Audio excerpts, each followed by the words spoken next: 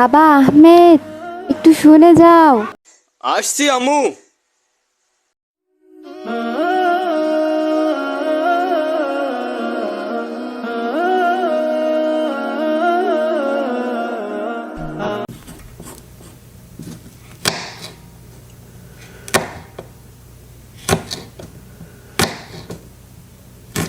এখানে কি করছো?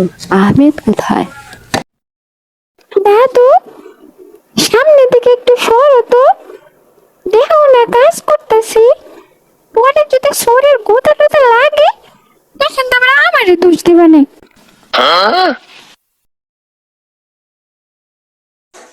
তাই বা আপনি হাতে ছুরি কেন নিয়ে আছেন? আমি কতবার বলেছি বাচ্চাদের হাতে ধারালো বস্তু থাকতে নেই। যদি হাত কেটে যায় তখন কি হবে বুঝতে পারছেন? দুঃখিত ভাইয়া, আসলে আসলে শয়তান আমাকে সে কথা বলিয়ে দিয়েছিল। ওহো, তাই নাকি? এবার গিয়ে পড়তে বসুন, আমি আপনার জন্য ফল কেটে নিয়ে আসছি।